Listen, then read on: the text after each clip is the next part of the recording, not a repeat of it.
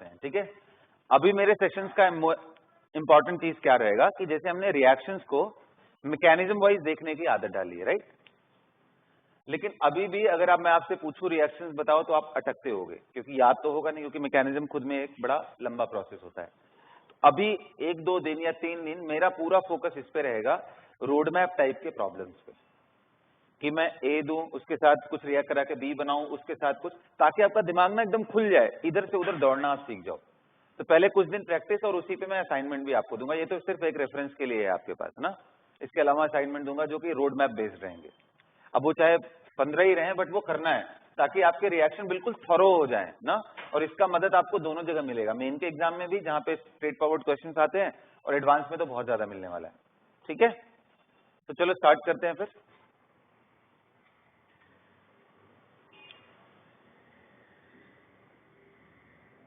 Recording in progress. All right. So जो पहला question देता हूं मैं आपको, वो है बच्चों, मैंने ले लिया आपके सामने मीथेन, राइट। अब मैं चाहता हूं कि आप अपना दिमाग लगा के किसी तरीके से, चाहे आप 3 स्टेप लगाओ, 5 स्टेप लगाओ, 7 स्टेप लगाओ, डजेंट मैटर, मुझे आप इथेन बना के दिखाओ। मीथेन से इथेन, देखते हैं क्या सोचते हो। चलो गो अहेड, लगाओ दिमाग। क्या बेटा? कैसे? अभी कहाँ, बिल्कुल नहीं होगा, अभी कहाँ होगा इसमें। चलो ठीक है, सोचो।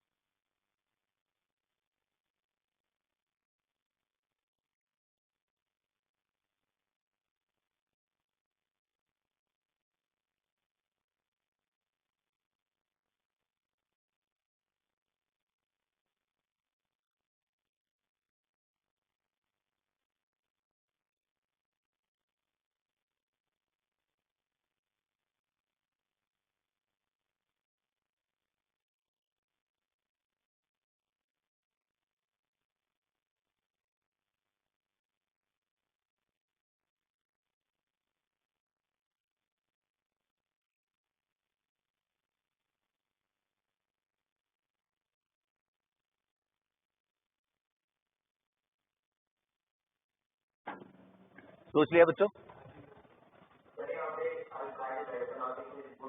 हाँ बिल्कुल सही, बिल्कुल बिल्कुल बिल्कुल वही है। तो देखो, पहली बात तो ये समझो कि ये जो मीथेन है ना, मीथेन एकदम ही रिएक्टिव नहीं होता है, क्योंकि आप देखो ध्यान से, तो कार्बन हाइड्रोजन हाइड्रोजन, ये इतने स्ट्रॉन्ग बॉन्ड्स है कि इनको आराम से ब्रेक नहीं कर सकते हो।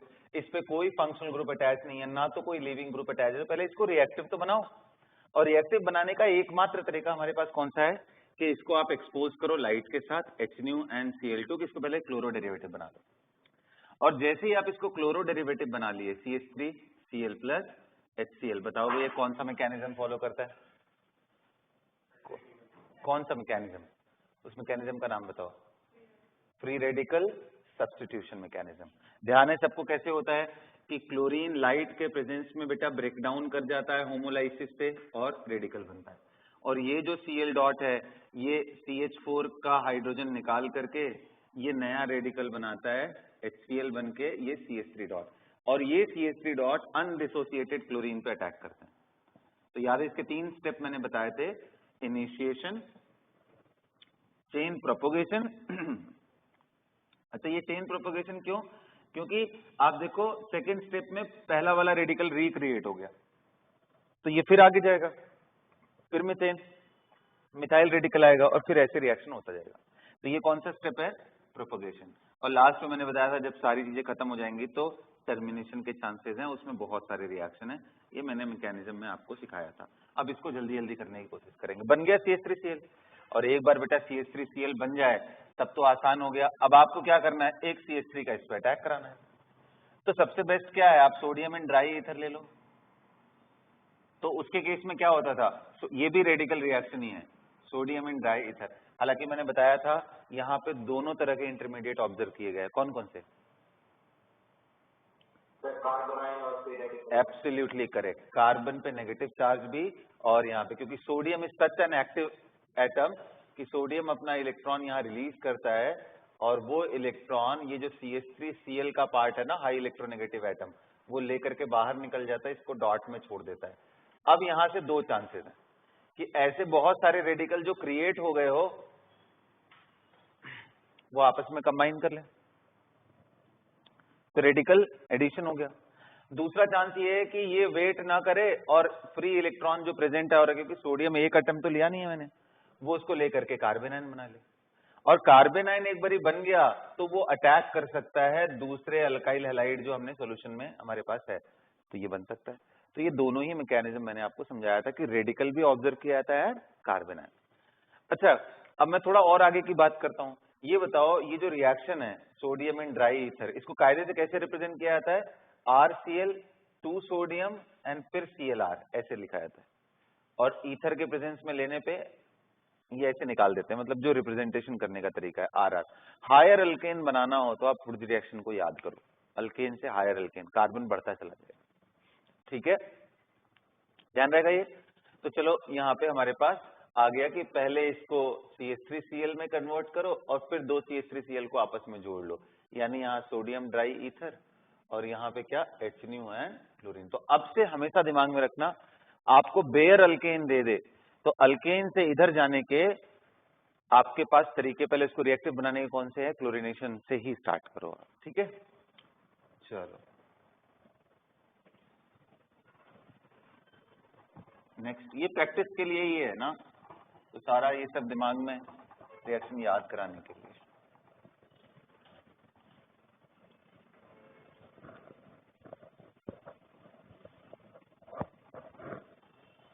अगर अब आप ये समझ गए हो तो चलो मैं अब स्टार्ट करता हूं अगले रिएक्शन में। CH3 of course HNu Cl2 लिया, ये बना A, है ना। A के बाद मैंने यहाँ KOH ले लिया और फिर KOH ले लिया, एक अल्कोहलिक KOH लेके हीट किया और एक एक्वस KOH लेकर के यहाँ बना B और यहाँ बना C, है ना। एक जगह बन गया B और एक जगह बन गया C। अब C का मैंने क्या कराया? C का मैंने क्या कराया? O3 जिंक एंड वाटर, फिर KMnO4 OH minus cold and dilute. मैं सब पूछता जाऊंगा, आपके दिमाग में आना चाहिए सब चीज। जो B बना था उसका मैंने SOCl2 के साथ रिएक्शन करा के C बना दिया। इनफैक्ट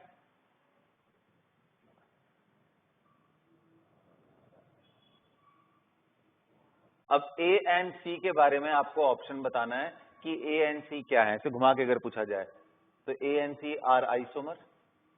क्वेश्चन है आपसे,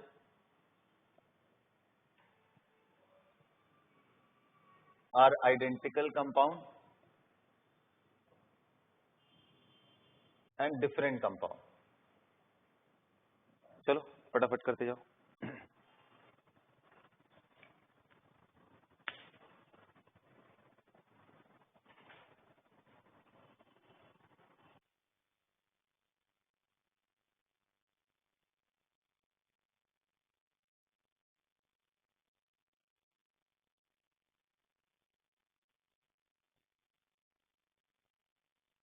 बच्चे थोड़ा सा करेक्शन है यहाँ पे, ये D है ना, ये D है, तो यहाँ पे A एंड D के बारे में मैं पूछ रहा हूँ।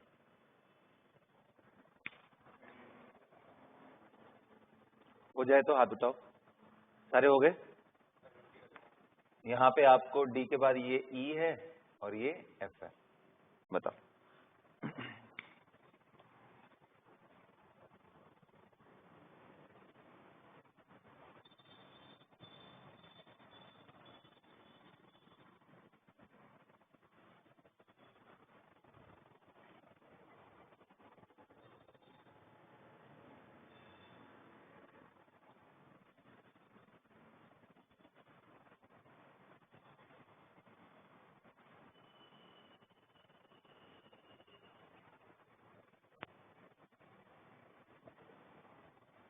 चले बच्चों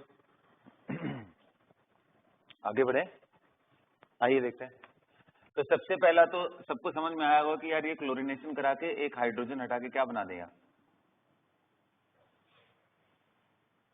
Cl। अच्छा बी कितने लोगों को समझ में आया, एक्वस KOH है और ये लीविंग ग्रुप है तो क्या हो जाएगा SN2। SN2 हुआ तो क्या बन गया ये CH3CH2OH। कितने लोग करेक्ट हुआ ये बी।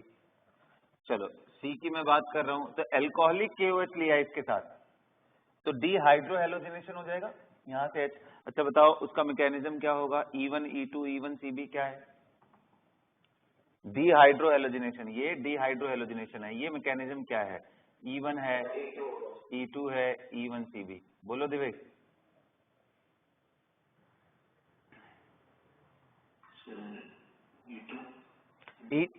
देखो E1 का तो स्कोप इसलिए नहीं है क्योंकि ये कार्बोकेटायन स्टेबल नहीं बनेगा। E1 CB तो कार्बेनाइन से जाता है, वो तो बहुत ही डिफिकल्ट है। मैंने बताया था कार्बेनाइन तभी बनाना जब उसके बगल में कोई डबल बॉन्ड O टाइप का ग्रुप हो जो उसको स्टेबलाइज कर सके। तो यहाँ पे कौन से मैकेनिज्म से जाएगा, फिर E2 से जाएगा, मोस्ट कॉमन मैकेनिज्म है E2 ना, तो ये E2 से जाएगा। चलो डी हो गया, डी हो गया। अब उसके बाद डी कितने लोग समझ रहे हो, तो और आसान है, BOH है तो यहाँ पे 3 रिएजेंट में से कोई भी हो जाए, SOCl2। नेक्स्ट बताओ सिद्धार्थ, आंसर है बोलो अंश, PCl3 या PCl5, ये कोई भी हो जाए, ये सिर्फ क्लोरीन लगाते हैं OH हटा करके। तो यहाँ पे क्या आंसर आ जाएगा, डी विल बी CH3CH2Cl। अब बताओ ये कंपाउंड देखो, डी को और ए को देखो, ये क्या है, दे आर आइडेंटिकल कंपाउंड। अब भाई मैंने सी देख लिया, सी था हमारा CH2 डबल बॉन्ड CH2। अब ओजोनोलिसिस, ये कैसा ओजोनोलिसिस है बेटा, रिडक्टिव है या ऑक्सीडेटिव, बोलो रिडक्टिव। अरे बाबा जिंक लिया है मैंने, zinc is a reducing agent, तो ये इसको ब्रेक डाउन करके क्या बना लेगा, फॉर्मल्डिहाइड, 2 मोल्स ऑफ फॉर्मल्डिहाइड बन जाएगा। अरे इजी है ना। ये बताओ KMnO4OH minus cold and dilute, ये क्या है भाई बताओ, ये क्या है, ये क्या reagent, Baeyer's reagent, very nice. इसका यूज क्या होता है बेयर्स रिएजेंट का, test the unsaturation, carbon double bond carbon को टेस्टिंग के लिए यूज करता है ना। तो यहाँ पे देखो डबल बॉन्ड है तो इसको क्या पूरा तोड़ेगा, नहीं सर, क्या बनाता है ये, डाइऑल। कौन सा डाइऑल, सिन डाइऑल, और इसका पिंक कलर डीकलराइज हो जाएगा। ये है बेयर्स रिएजेंट। और वहीं अगर मैंने इसी चीज को कंसंट्रेटेड कर लिया होता, कंसंट्रेटेड, तब क्या होता, तब ये ऑक्सीडेटिव कर जाता है, ये आके KMnO4H+ आयन में ले लिया होता, तो ये ऑक्सीडेटिव। और ऑक्सीडेटिव में डेंजरस चीज क्या है कि ये पूरा ब्रेक डाउन कर देता, और ब्रेक डाउन करने के बाद पहले तो एल्डिहाइड बनाता और फर्दर ये दोनों तरफ क्या बना देता बेटा, OH। और यहाँ पे भी अगर वो बेसिक मीडियम है तो कार्बोनेट बनेगा, एसिडिक मीडियम है तो H2O CO2 में ब्रेक कर जाएगा। समझ पा रहे हो ना। तो इतने सारे चीजें हैं, ये सब दिमाग में रखना है, ये सारा हाइड्रोकार्बन से रिलेटेड। ठीक है, बता दूं, अगला करें। यही है, ये सब जितना जल्दी जल्दी स्ट्राइक करेगा इसका मतलब आपके रिएक्शंस उतना ज्यादा फ्लो में है।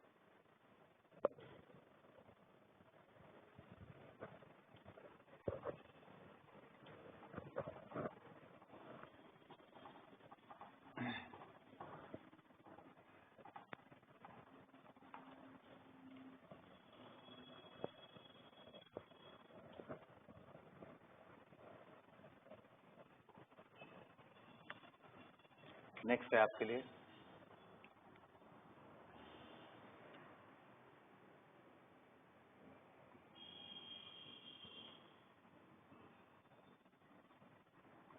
अच्छा एक बात बताओ, चलो नहीं ऐसे नहीं करता हूँ ना मैं, बी के प्रेजेंस में CH3C डबल बॉन्ड हो, Cl बन गया, एंड सी के प्रेजेंस में ये CH3C डबल बॉन्ड OH बन गया, और इसके बाद OH माइनस डाइल्यूट लेके थोड़ी हीटिंग कर दिया तो ये क्या बन गया, सी के बाद D. Identify A B C and D. Go ahead. अच्छा ए तो मैंने बताया ही नहीं, चलो ए तो इसी को मान लो कोई बात। चलो जल्दी करो।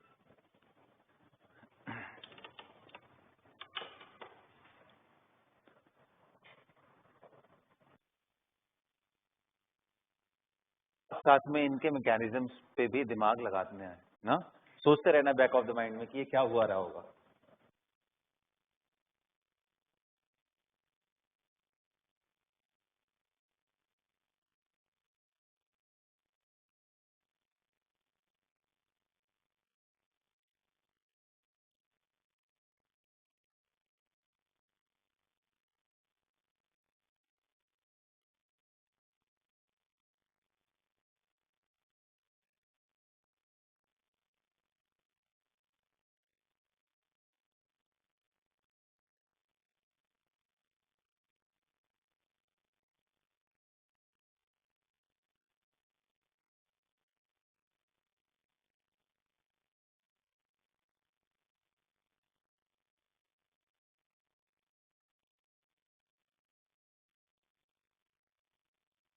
हाँ जी बच्चों, हो गया?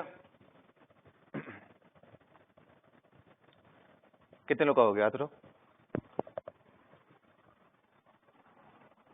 मैकेनिज्म भी लिखो जहाँ पे जरूरत लगेगा। करो सारा दिखाओ तो, यहाँ से कैसे हुआ, ये कैसे हुआ, सारे मैकेनिज्म लिखो।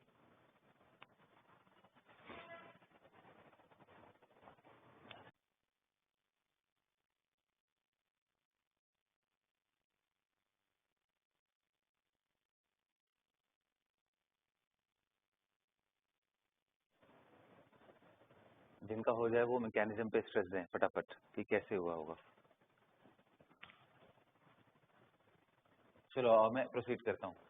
ए पहले बी देखो, कितने लोग समझ गए भाई? OH को हटा करके Cl लगाना है।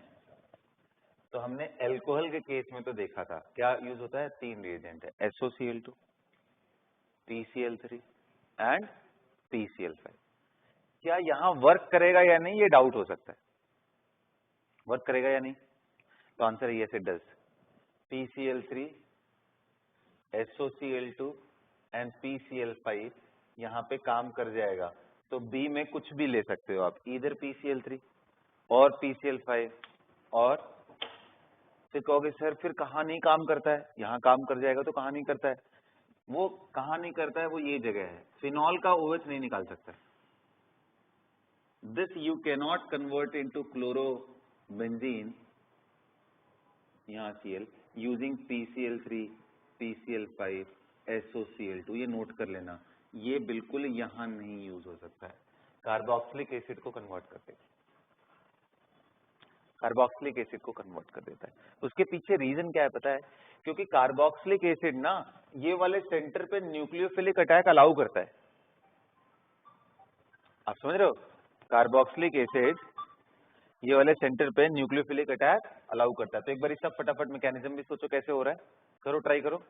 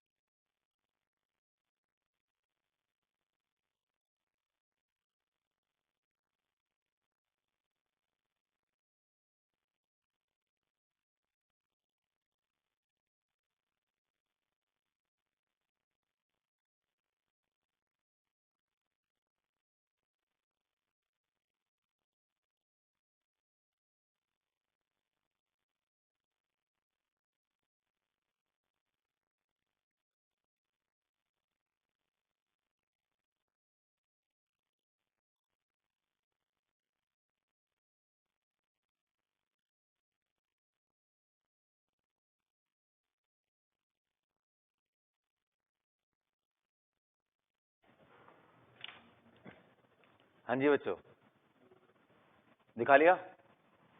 हाँ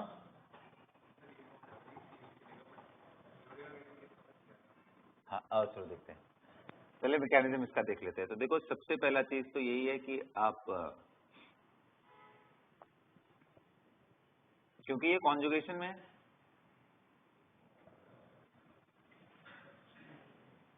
ये सुनो, ये पूरा पूरा कॉन्जुगेशन में है, तो इन कॉन्जुगेशन में ऑफ कोर्स इस पे पार्शियल नेगेटिव चार्ज आएगा इससे, तो कायदे से तो यहां से अटैक होना चाहिए। तो अगर हम करा भी रहे हैं, यहाँ डबल बॉन्ड हुआ, हालांकि ये बड़ा इजीली ट्रांसफर भी होता रहता है, तो इसलिए फर्क नहीं पड़ता है कि आप OH वाले साइड से करा रहे हो इससे, क्योंकि ये घूम करके यहाँ पहुंच ही जाएगा, है ना। तो चलो एक जगह से कराते हैं और लेटेस्ट कंसीडर कि हम OH वाले साइड से अप्रोच कर लेते हैं। तो S डबल बॉन्ड, इसको इसकी मैं बात करता हूँ, ये आपने अप्रोच किया, ये O नेगेटिव हो गया, तुरंत बॉन्ड ब्रेक हो जाएगा, क्या बन गया ये CH3 C double bond O OH S O negative NCl NCl, और यहाँ प्लस आ गया। अब बताओ क्या ये वापस अटैक करेगा और ये क्लोराइड आयन निकल जाएगा? और ये क्लोराइड निकलने के बाद अब देखो, अब इंटरेस्टिंग हो गया, C double bond O OH यहाँ पॉजिटिव ही है अभी, S डबल बॉन्ड O और एक Cl और एक Cl नेगेटिव आ गया। अब कितने लोग कह रहे हैं ये एक बहुत ही अच्छा लीविंग ग्रुप बन गया। अगर ये न्यूट्रल भी होता तो भी अच्छा लीविंग ग्रुप था, क्योंकि O minus double bond O से स्टेबलाइज है, इसके पास वेकेंट डी है, तो उसमें P पाई D पाई बैक बॉन्डिंग भी है, वीकर बेस है, तो बेटर लीविंग ग्रुप है।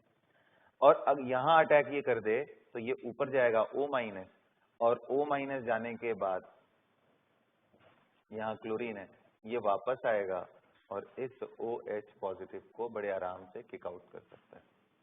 ये रीजन है कि ये COCl बना ले रहा है, इसके पास वो कैपेबिलिटी नहीं है। फिनॉल के पास ऐसा नहीं है कि वो ऐसा करने दे, क्योंकि फिनॉल का जो रिंग है ना, वो न्यूक्लियोफाइल को भाव ही नहीं देता है। किसको भाव देता है वो? इलेक्ट्रोफाइल को। अरे याद करो, electrophilic substitution reaction is the characteristic reactions of what? Is the characteristic reaction of what?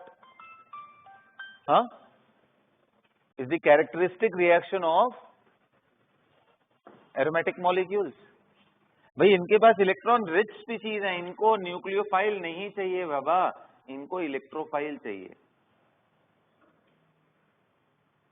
इसलिए न्यूक्लियोफाइल को ये तभी अट्रैक्ट करेंगे अंडर वर्स्ट सर्कमस्टांसेस, जैसे यहाँ पे डबल बॉन्ड O डाल दो और यहाँ कोई न्यूक्लियोफाइल डाल करके हीट कर दो, तब थोड़ा बहुत चांस होता है कि वो उसको अट्रैक्ट करे, वरना ऐसे नहीं। और कोई लिविंग ग्रुप साथ के साथ होना चाहिए।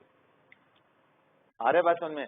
तो इसलिए फिनॉल का OH निकालना is very very difficult, but carboxylic acid का निकल जाएगा। यहां तक ठीक है? चलो भाई, मैं जानना चाहता हूँ ये कितने लोगों ने लिखा है सही? सी बताओ क्या लिखा है? हाँ, डाइबल H, नॉट बैड।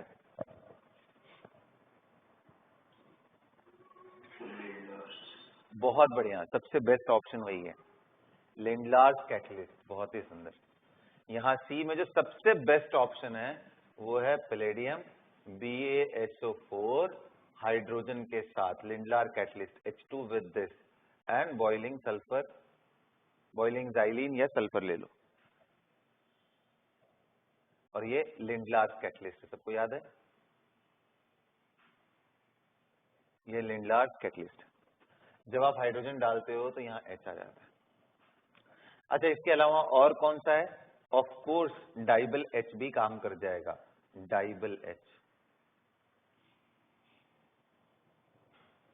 डाइबल H भी काम कर जाएगा, क्योंकि वहां पे एक सिंगल एल्यूमिनियम हाइड्राइड रहता है।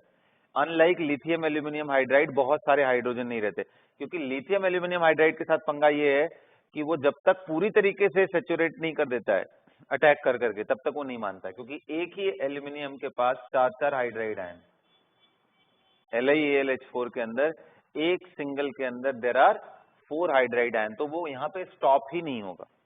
तो इसलिए सबसे बेस्ट ये है, और ये भी चलेगा, कोई दिक्कत नहीं। अब यहाँ के बात करोगे तो D बन रहा है, क्या बन रहा है प्रोडक्ट? दिखाओ क्या बना रखा है।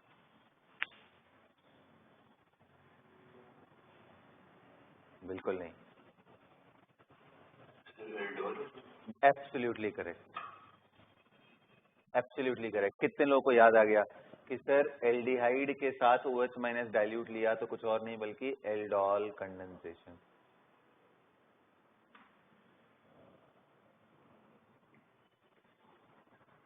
ये होता है, देखो हमने अलग अलग सब चीजों को कर रखा है, बट जब ज्वाइन करके करते हैं ना तो दिमाग थोड़ा खुलने लगेगा, फिर आपको समझ में आने लगेगा यार यहाँ पे कमी क्या रह गई है ना। इसको बोलते हैं road map type problem. Unfortunately हमारे पास टाइम उतना बचा ही नहीं कि हम इसको प्रैक्टिस में खूब सारा ला सके। वैसे इस एंड में यही प्रैक्टिस किया जाता है ताकि सारे रिएक्शन एक दूसरे से कनेक्ट हो जाए। ठीक है,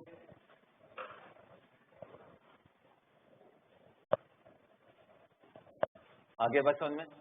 तो भाई चलो इसका प्रोडक्ट बनाओ, करा के दिखाओ मुझे एल्डोल कंडेंसेशन। प्रोडक्ट तो बनाओ, उसमें भी दो तरह के प्रोडक्ट बनते हैं, बट मुझे देखना है कि क्या है, क्या बनाया है तुम लोगों ने। बिल्कुल,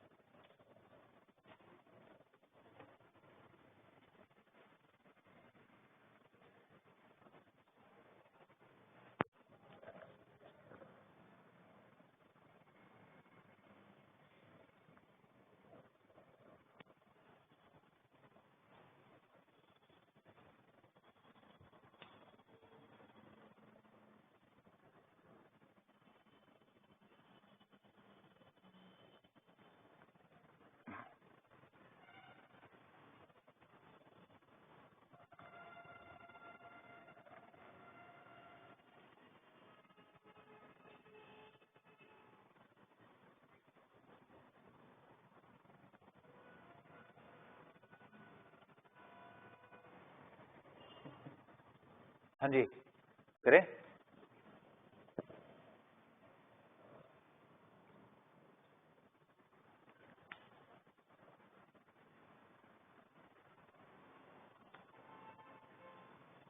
चलो आओ देखते हैं, आ जाओ देखते हैं।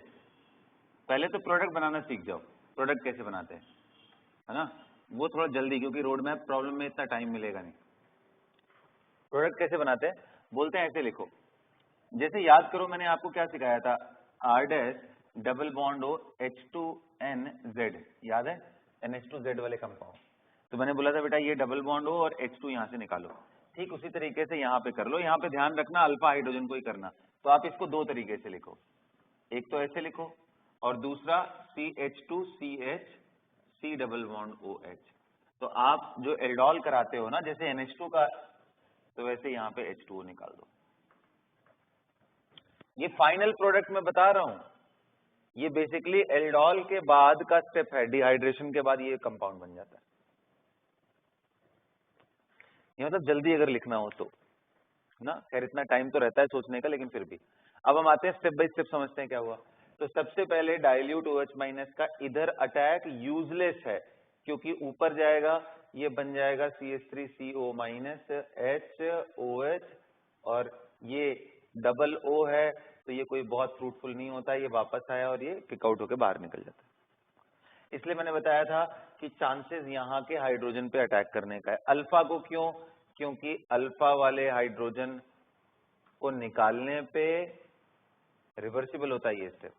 इसको निकालने पे ये जो नेगेटिव आयन है ये अच्छे रेजोनेंस से स्टेबलाइज्ड है।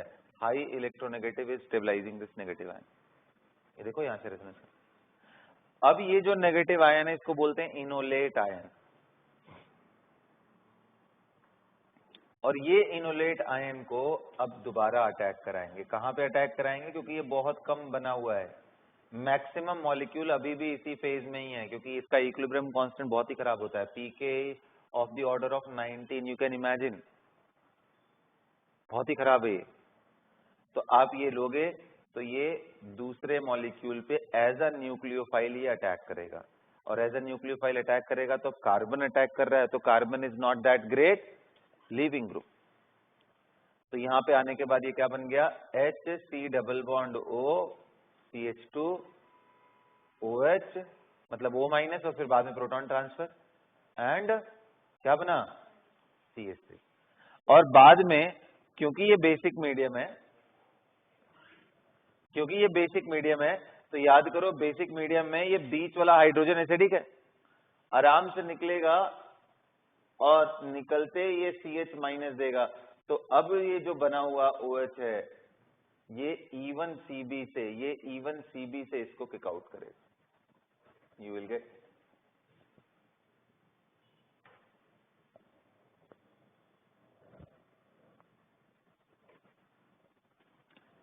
E1CB, यहाँ एलिमिनेशन थ्रू E1CB जा रहा है। ये छोटे छोटे डिटेल्स पे फोकस करना ही है हमें अभी प्रैक्टिस के टाइम पे ना, सिर्फ प्रोडक्ट से मतलब नहीं है, छोटे छोटे माइन्यूट डिटेल्स में, क्योंकि ये चीजें आपको अब प्रिपेयर कर रही हैं एडवांस के लिए। वहां पे बच्चों ऐसे सरफेस पे क्वेश्चन नहीं आने वाला है कि ऑर्डर बताओ इलेक्ट्रॉन एफिनिटी का, ये ऐसे क्वेश्चंस नहीं मिलने वाले। मिलेगा भी तो मोर देन वन वाले चॉइस में एक स्टेटमेंट रहेगा ना, उससे कुछ नहीं निकलने वाला है। उसमें ऐसे छोटे छोटे डिटेल्स पे ही फोकस करता है। दोनों का टेम्परामेंट बिल्कुल अलग होता है एग्जाम का ना, तो इन सब चीजों पे थोड़ा ध्यान रख करके करना है हमें, कि मैं कर रहा हूं तो पीछे की पूरी स्टोरी कनेक्ट कर पाऊं। ठीक है, चलो अगला क्वेश्चन देता हूं।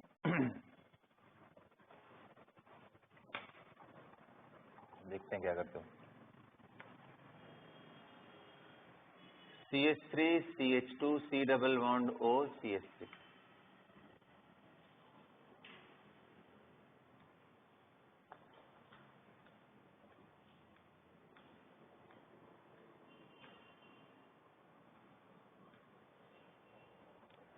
इसका रिएक्शन कराया किसके साथ, NH2OH के साथ, स्लाइटली एसिडिक मीडियम। तो ये बन गया A प्लस B। अब A के साथ एंड B के साथ, दोनों के साथ कॉमन रिएजेंट ही लिया गया। क्या लिया गया, P2O5 एंड स्लाइटली हीट किया गया। इसको भी P2O5 एंड स्लाइटली हीट किया गया। तो ये बन रहा है कुछ C और ये बन रहा है कुछ D। यहाँ C एंड D, यहाँ A and B। Identify A and B, C and D। आप प्रिसाइज नहीं बता पाओगे कि यही होगा, लेकिन आप ये बोल सकते हो कि ये सेट AB को रिप्रेजेंट कर रहा हो। Find the set of AB and CD। Go ahead. Of course हो सकते हैं, वो अलग कंपाउंड ही होते हैं ना।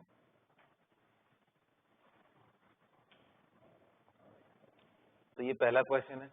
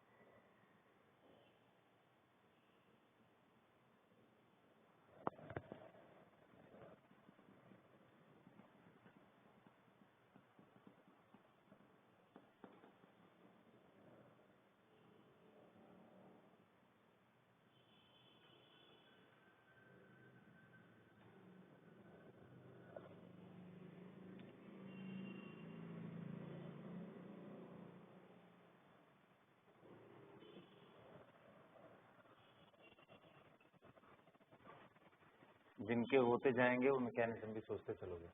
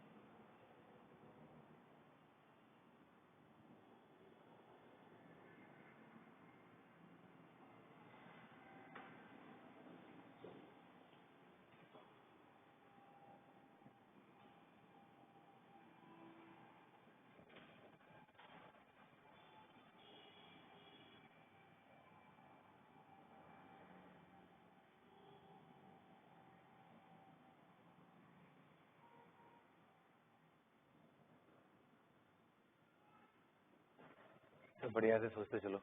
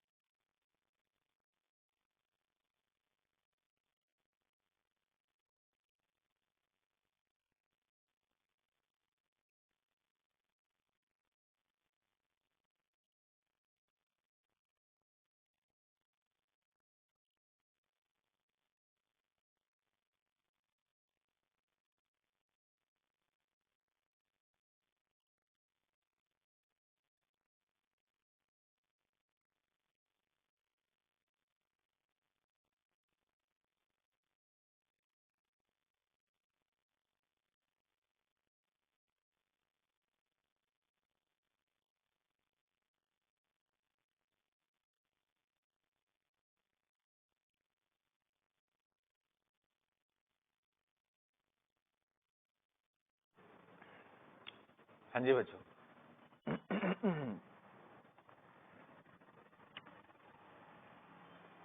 चले, कंफ्यूजन क्रिएट कर दिया ना मैंने। चलो पहला वाला तो कितने लोगों का हो गया, हाथ उठाओ। फर्स्ट कितने लोगों का हो गया? फर्स्ट नहीं हुआ?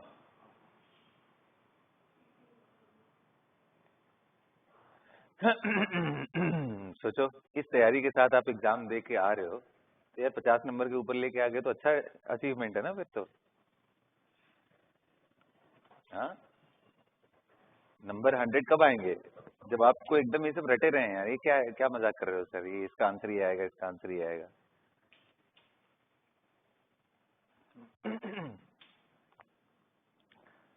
चलो देखते हैं। तो सबसे पहला तो इजी होगा मेरे ख्याल से। कोई भी एल्डिहाइड या कीटोन कभी भी रिएक्ट करता है NH2Z वाले किसी भी कंपाउंड के साथ तो ये H2O निकल जाए। क्या मुझे मैकेनिज्म के डिटेल में जाने की जरूरत है? ये NH2 as a lone pair attacks on this O- proton transfer and एक ही कार्बन पे OH NH लोन पेयर वाले स्पीशीज स्टेबल नहीं होते हैं तो उसको किक आउट करके H2O बाहर निकाल देता है। ये और अच्छा होता है एसिडिक मीडियम में क्योंकि H2O will become good leaving group. Strongly acidic भी नहीं लेते हैं, ये भी एक बार एग्जाम में पूछा था। Why don't we take strongly acidic? क्योंकि फिर इसी को प्रोटोनेट कर देगा और इसका न्यूक्लियोफिलिसिटी खत्म कर देगा। फिर समझ में आया ना? तो इतना लेना है जो रिवर्सिबिलिटी के साथ इधर उधर जा सके। नाउ कमिंग टू कि ये तो बन गया सर, चलो एक तरफ मैं R1 मान ले रहा हूं और एक तरफ R2 मान ले रहा हूं। ऑफ कोर्स R1 R2 एक क्या होगा, एक होगा CH3, ये R1 बोल दे रहा हूं और इसको मान ले रहा हूं ET, ये हमारा R2। तो अब कितने लोग समझ रहे हो कि सर इसके दो प्रोडक्ट आने चाहिए, दिस प्लस दूसरा वाला भी आइसोमर, कि भाई R1 R2 और ये क्या ये ज्योमेट्रिकल आइसोमर नहीं है बेटा? तो A and B are geometrical isomer. अब ध्यान से देखो, R1 एंड R2 का मैं यहां पे आपको करा दे रहा हूं। मान लो वैसे इसके साथ कोई भी लुईस एसिड, कोई भी लुईस एसिड ले लो आप, H+ ले लो, है ना, आप यहाँ पे PCl3 ले लो, PCl5 ले लो, P2O5 ले लो और इसके साथ गर्म करोगे तो ये बेकमैन रीअरेंजमेंट का एग्जांपल है।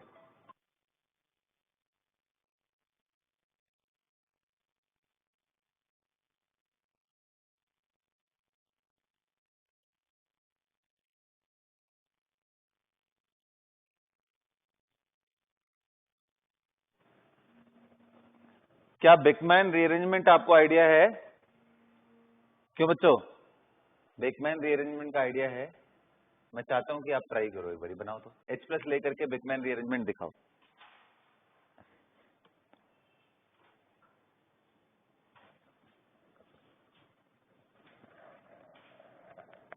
तो अपनी पोजीशन रिप्लेस कर लेते हैं। क्या बनेगा प्रोडक्ट बताओ? सर OH R2 R1 में से किसी का पोजीशन एक्सचेंज कर देंगे।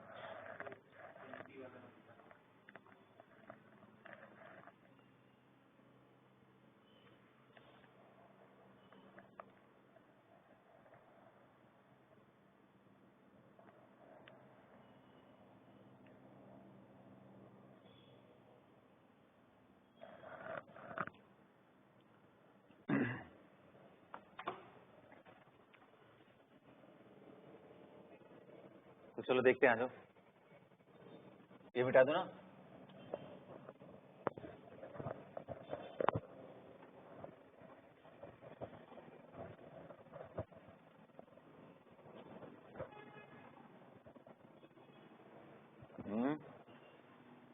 आओ चलो देखते हैं। तो C double bond N R1, यहाँ R2, यहाँ OH मान लो ले लिया, तो कितने लोगों को दिख रहा है कि सर H+ लोगे तो ये लोन पेयर इस पे अटैक करके इसको एक अच्छा लीविंग ग्रुप बना देगा।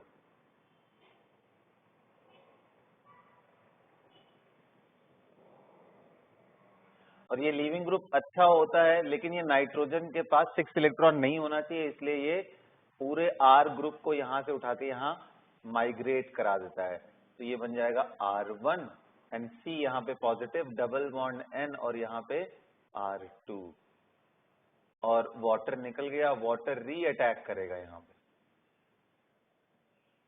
अच्छा, ये स्टेबल कार्बोकेटायन भी कितने लोग को दिख रहा है, यहाँ लोन पेयर है तो डोनेट कर सकता है। तो RC यहाँ पे आएगा OHH, इसने अटैक कर दिया, डबल बॉन्ड N। अब यहाँ से क्या, ये तो बहुत ही आसान हो गया, यहाँ पॉजिटिव है, इस प्रोटॉन को बाहर निकालो तो ये अमाइड बन गया, RCOH and double bond R2, और ये टॉटमराइज कर जाएगा। टॉटमराइज करके क्या बन गया बेटा, तो एक अमाइड ये बनेगा, दूसरे वाले से क्या बन रहा होगा, R2C double bond O NH R1। याद है, ये बहुत स्पेसिफिक होता है, और मैंने ऐसे सिखाया भी था आपको कि R1 R2 रहा हो आपके सामने और डबल बॉन्ड N और OH दिख रहा हो, तो इसको आपस में इंटरचेंज कर दो और उसके बाद सिंपल टॉटोमराइज या रेजोनेंस से प्रोटॉन ट्रांसफर कर दो रेजोनेंस करने।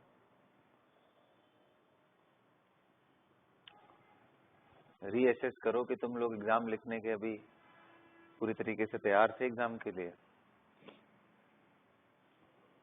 ना, जो भी हुआ लक में हो गया बस।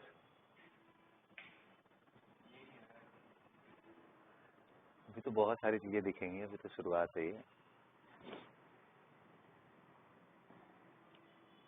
इस फ्लो में जब पहुंच जाता है ना इंसान, जब इस फ्लो में पहुंच जाता है कि हर एक रिएक्शन एकदम तुरंत तुरंत दिख रहे हो, तो उसे उम्मीद होती है कि वो फिर 100 आउट ऑफ 100 वाले जोन में पहुंच सकता है। आप जितना मार्जिन ऑफ एरर रखोगे उतना मिस्टेक होने के चांसेस बने रहेंगे, है ना। मिटा दूं मैं, मिटा दूं इसको।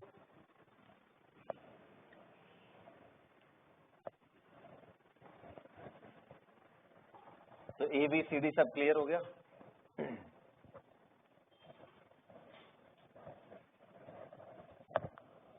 चलिए बच्चों, सेकंड कितने लोगों ने कर लिया है, ये भी बहुत इंटरेस्टिंग है।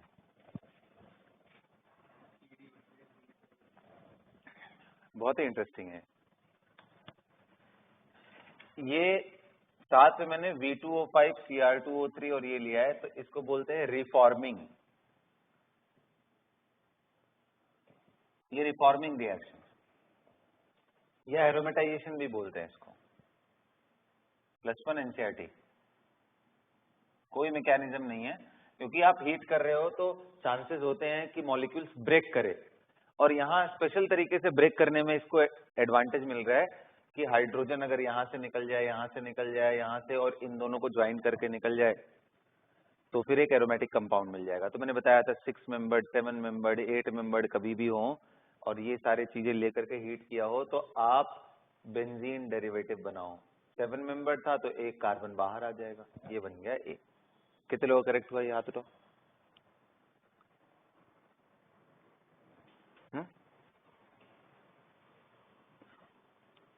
ठीक है, ये याद रहना चाहिए, बड़ा स्पेशल रिएक्शन है, बहुत गिने चुने रिएक्शंस में से अल्केन के। अल्केन का एक रिएक्शन हेलोजिनेशन इंपॉर्टेंट है और दूसरा ये इंपॉर्टेंट। ठीक है, अब ये बन जाने के बाद क्लोरीन HNU डालोगे तो B बनेगा। जैसे ही आपने यहाँ लाइट लिया तो दिमाग में आना चाहिए रेडिकल सब्स्टिट्यूशन। क्या रेडिकल आपको यहाँ स्टेबल नहीं बन जाएगा जी इस जगह पे, तो रेडिकल सब्स्टिट्यूशन वाला अटैक यहाँ होगा, तो B क्या बन जाएगा। मैंने एक्सेस में नहीं लिया है तो मोनोक्लोरो बनाओ,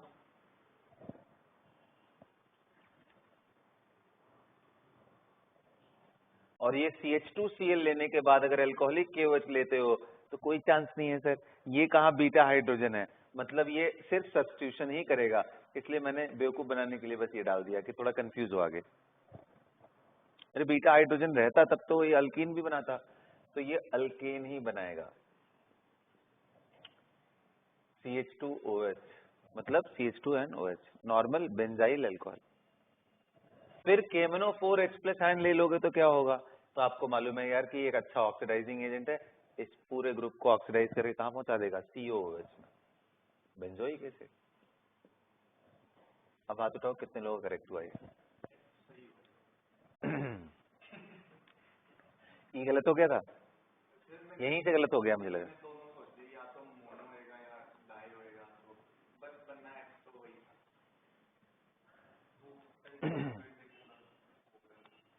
कोई बात नहीं, ठीक है, यहाँ तक क्लियर है। हाँ, अगर डाई कर देते ये डाई क्लोरो वाला टाइप में, तो उसके बाद OH डाल दोगे ना तो वो डबल बॉन्ड O बना देगा, क्योंकि एक OH बनेगा, और जैसे ही एक कार्बन पे एक OH और क्लोरीन आया, भाई कभी नहीं रह सकते हैं, ये एक दूसरे के कट्टर दुश्मन है। ये अच्छा लोन पेयर डोनर है, वो लिविंग ग्रुप है, तो तुरंत किक आउट करके, और बनाते भी हम लोग डाई RCR- अगर ClCl हो, यहाँ सिंपली OH माइनस ले लो तो आप कीटोन बन जाएगा। ये तो प्रॉपर रिएक्शन होता है।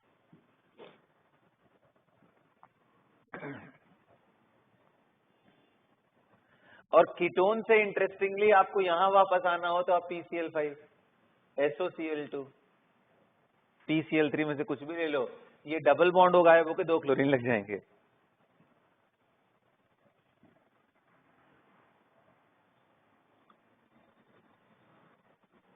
तो जो जो रिएक्शन नहीं मालूम हो उसको हाईलाइट करते हुए अपने नोटबुक पे करते जाना है। ऐसे तो हम लोग कुछ भी कर जा रहे हैं, ये प्रैक्टिस ही है बस। हो गया, यहाँ तक क्लियर है सबको? चलो, अब इंटरेस्टिंग ये है कि क्लोरीन FeCl3 ले लिया तो क्या बनेगा। तो भाई आपने लुईस एसिड ले लिया ना, जैसे ही लुईस एसिड ले लिया ये बिल्कुल ही अलग मैकेनिज्म हो जाएगा।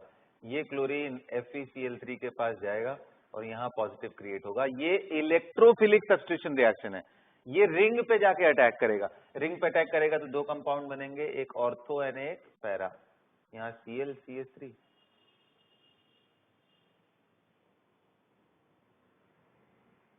ऑर्थो एंड पैरा बने।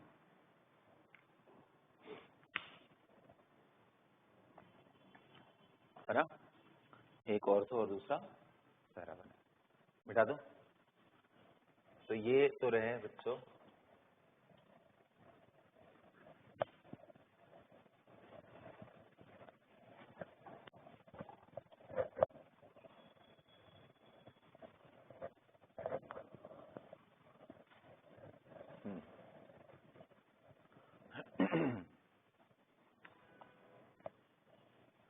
अरे बात समझ में, बोलो।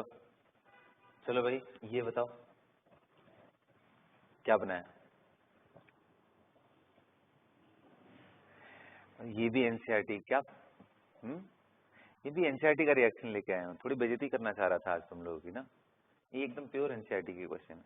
Anybody who have done this A and B? Anyone? Jasnoor, Mukul, Praful, Divig, anyone who have done this A and B? क्या बेटा? पहले में तो सर वो 6 के 6 क्लोरीन लग जाते हैं, मतलब साइक्लोहेक्सेन। साइक्लोहेक्सेन बनाना है शायद, शायद नहीं, मुझे कंफर्म आंसर चाहिए। और ये बहुत इंपॉर्टेंट कंपाउंड्स में से एक है, अभी समझाता हूँ क्या है। देखो यही फोकस करना चाहिए। अच्छा चलो इसको छोड़ो, ये तो फेमिलियर लग रहा है, ये क्या करें? कहते हैं लोग। हाँ हाँ, बात तो सही है। इसको क्या करेंगे? ये तो क्लियर है यार, ये तो इलेक्ट्रोफिलिक कराएगा ना। पहले आपका एक क्लोरीन लेके आएगा, और क्लोरीन बोलो ऑर्थो पैरा डायरेक्टिंग होता है कि मेटा डायरेक्टिंग? Ortho para. तो फिर अगले क्लोरीन को यहाँ लेके आएगा, ये कहाँ से आ गया? क्योंकि एक्सेस में लिया मैंने। अच्छा ये फिर ऑर्थो पैरा डायरेक्टिंग है, ये फिर ऑर्थो पैरा डायरेक्टिंग, तो बच्चों ये बन जाता है। ध्यान से समझना, इसका नाम, सारा नाम में ही सारा स्टोरी छुपा हुआ है। पता है इसका नाम क्या है? इसको बोलते हैं, ध्यान से सुनो, हेक्सा क्लोरोबेंजीन। अच्छा तो कुछ बच्चे बोलते हैं क्या सर इसको ऐसा नहीं बोल सकते हैं, बेंजीन हेक्साक्लोराइड? बिल्कुल नहीं बोल सकते हैं। Benzene hexachloride is technically a wrong name. अरे बाबा, क्या ये बेंजीन आप हेक्साक्लोराइड बोल रहे हो तो आपने क्या किया पता है? आपने क्लोरीन को फंक्शनल ग्रुप का दर्जा दे दिया, और जब आप हेक्साक्लोरो बोल रहे हो तो आप बोल रहे हो कि ये सब्स्टिट्यूएंट है। तो हेक्साक्लोरो फिर रूट वर्ड आता है और फिर फंक्शनल ग्रुप आता है। अरे बच्चों बोलो, तो इसका सिर्फ और सिर्फ यही नाम है। आ जाओ, मजेदार बात बताता हूँ आपको। ये जब आप क्लोरीन लाइट के प्रेजेंस में लेते हो तो अब तो देखो इसके पास कोई रेडिकल अच्छा वाला तो कहीं मिल ही नहीं रहा है। तो लाइट हमेशा क्या करता है, रेडिकल हमेशा क्या करता है, जो सबसे कमजोर बॉन्ड होते हैं उसको तोड़ता है। कार्बन हाइड्रोजन का sigma bond and carbon carbon का पाई बॉन्ड में कौन ज्यादा कमजोर है? Pi bond. अरे बाबा, carbon hydrogen sigma versus carbon carbon का पाई बॉन्ड में पूछ रहा हूं, तो ऑफ कोर्स ये स्ट्रांग होगा बॉन्ड एनर्जी में, तो ये पाई बॉन्ड ब्रेक करेगा। जैसे पाई बॉन्ड ब्रेक हुआ तो क्या बनेगा? रेडिकल। तो रेडिकल क्लोरीन क्लोरीन हर जगह जाके क्लोरीन लग जाएगा, और ऑफ कोर्स हाइड्रोजन है वहां पे, ये बनेगा ए। और इसका नाम पता है क्या है? इसका नाम है बेंजीन हेक्साक्लोराइड। टेक्निकली रॉन्ग नहीं, यहां तो बेंजीन है ही नहीं, बट आप समझो जहां बेंजीन है उसका नाम सही है, हेक्साक्लोरोबेंजीन। तो इसलिए याद रखना होता है, कई बार बच्चे गलत कर देते हैं। बेंजीन हेक्साक्लोराइड, पता है ये क्या होता है? ये बहुत ही अच्छा इंसेक्टिसाइड है, अच्छे, तो फार्मिंग के लिए बहुत यूजफुल कंपाउंड है ये। इसका पिंड वगैरह में नाम अगर कभी तुम लोगों ने सुना हो, गैमेक्सीन बोलते हैं।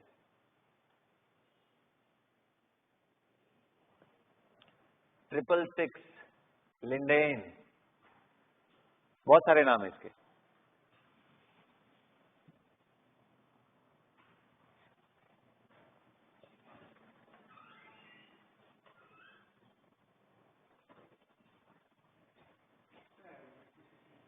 गई? अरे अब तुम ये तो यार टफ चीज ले रहे हो ना, और कुछ बचा ही नहीं रिएक्शन कराने के लिए। और क्लोरिनेशन फास्ट भी होता है, स्लो प्रोसेस नहीं है। हाँ, अगर यहाँ पे कोई भी CH3 डालते तो उसके ऊपर प्रिफर्ड होता, कुछ है ही नहीं, यही छोड़ दिए हो टाइम के साथ। तो ये एक पाई बॉन्ड ब्रेक करने की देरी है, जैसे ही वो नॉन एरोमेटिक बना उसके बाद तो सब अटैक पे अटैक हो जाएगा यहाँ पे।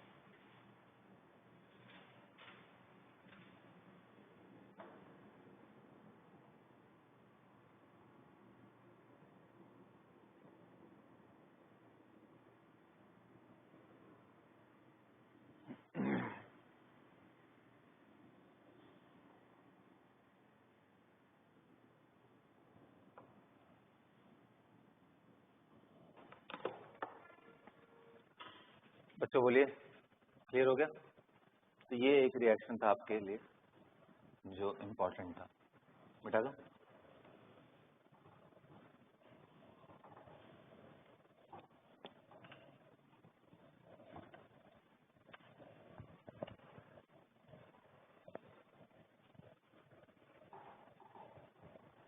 चलिए आइए देखते हैं। NH2 bromine CH2, NH2 bromine water लिया है, कोई फर्क पड़ेगा क्या? उससे क्या होगा? चलो आओ इधर देखते हैं, इधर बताओ, ये फिनॉल था, यहाँ ब्रोमीन को CH2 नॉन पोलर में लिया है, क्या बनेगा? क्या बनेगा यहाँ पे? OH के साथ ऑर्थो प्लस OH के साथ पैरा, मतलब सिंगल सब्स्टिट्यूशन होगा ना मोनो। यहाँ पे क्या होगा? तीनों सब्स्टिट्यूशन हो जाता है, यहाँ Br, यहाँ Br और यहाँ Br, सॉरी ऑर्थो पैरा, और ये व्हाइट PPT होता है, बताया था। ब्रोमीन वाटर को डिकलराइज करता है। ब्रोमीन वाटर को बेंजीन डिकलराइज नहीं करता है कभी, आप ये सोच लो कि बेंजीन लेके Br2 वाटर ले लिए, कुछ नहीं होने वाला है। तो ये इतना अच्छा से क्यों करता है? क्योंकि ये बहुत अच्छा एक्टिवेटिंग ग्रुप है, इसको लुईस एसिड चाहिए भी नहीं, इसको तो लुईस एसिड चाहिए। ब्रोमीन के साथ FeBr3 लोगे तो ये रिएक्शन करेगा, वरना करेगा ही नहीं। लेकिन यहाँ कुछ नहीं चाहिए होता है। और भाई एक्टिवेटिंग में ये इसका भी पप्पा है NH2 OH का भी, तो ये पता है नॉन पोलर में भी तीनों जगह सब्स्टिट्यूट कर देता है, ये खास बात था, इसीलिए मैंने एग्जाम्पल साथ दिया, तीनों जगह कर देता है। और सेम कंपाउंड यहाँ पे भी दोनों जगह, और ये भी वाइट प्रेसिपिटेट।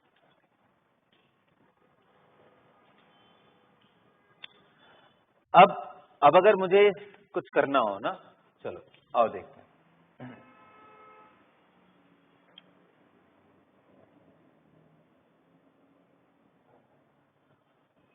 ये बेंजीन ले लिया, HNO3 H2SO4, ये बन गया A। फिर मैंने इसमें SnHCl डाल दिया, बन गया B। B के बाद फिर मैंने इसमें क्या कर दिया भाई, ब्रोमीन ले लिया। अब वो मैटर ही नहीं करता है कि CH2 ले रहा हूँ क्या ले रहा हूँ, सिर्फ ब्रोमीन भी लिख दोगे तो काम हो जाएगा, मीडियम का कोई रिक्वायरमेंट ही नहीं है। बन गया C।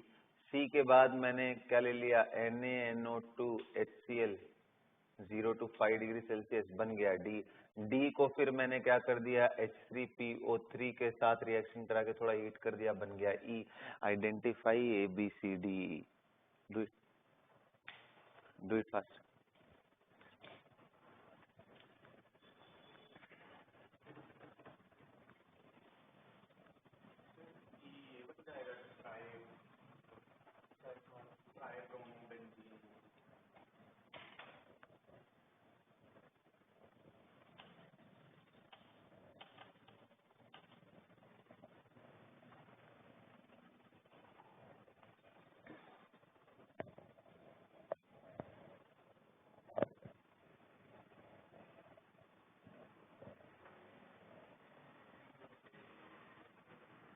चलो भाई,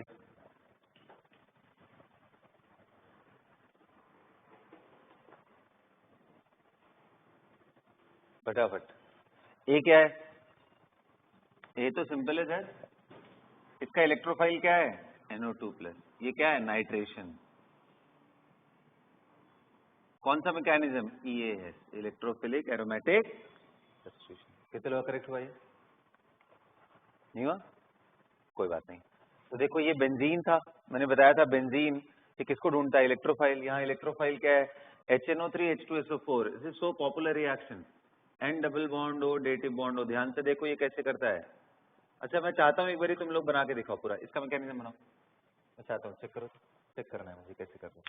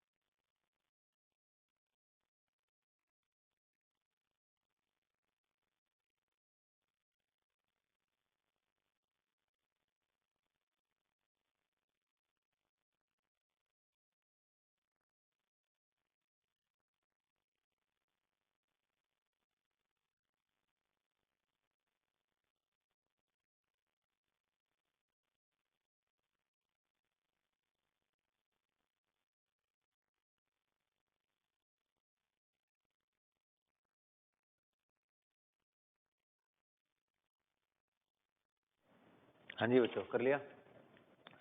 हाँ, दिखाओ मुझे कैसे किया है।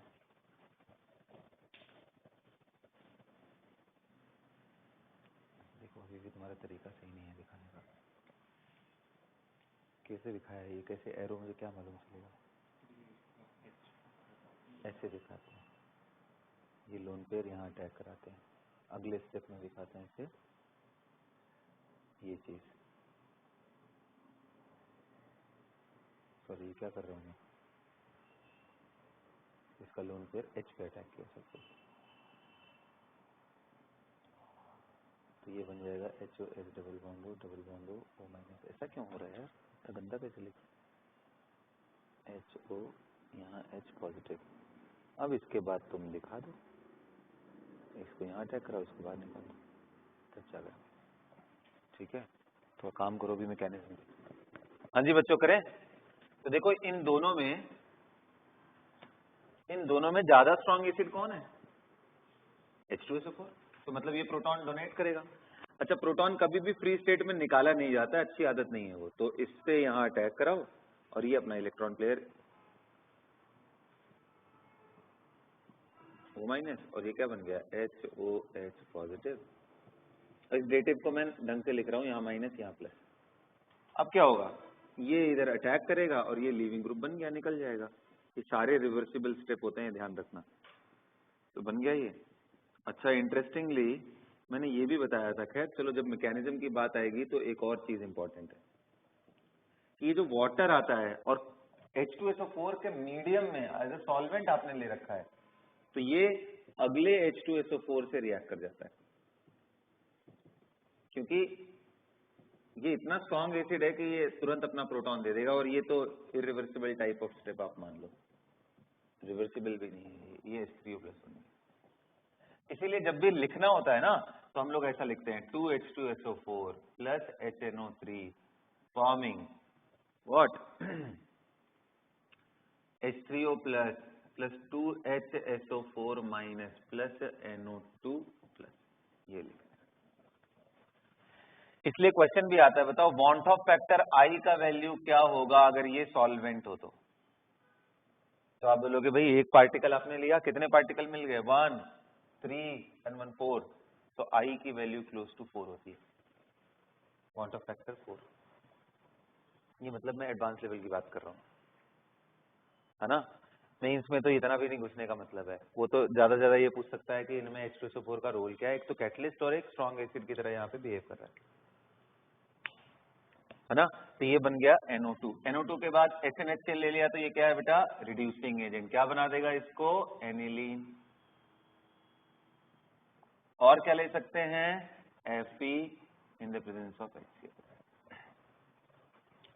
फिर आपने ब्रोमीन किसी भी मीडियम में ले लिया, फर्क ही नहीं पड़ता, ये इतना एक्टिवेटिंग है कि तीनों ब्रोमो चला जाएगा, ये Br, Br and Br, ortho and para.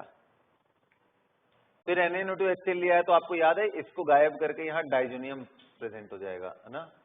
तो N2 प्लस Cl माइनस, यहाँ Br और यहाँ Br, और ये क्या है? Reducing agent. pH linkage present है, तो ध्यान देना ये OH and OH। pH linkage होने से क्या होगा? डाइजोनियम को गायब कर देगा सिंपली, और ये क्या बन जाएगा? Br and Br।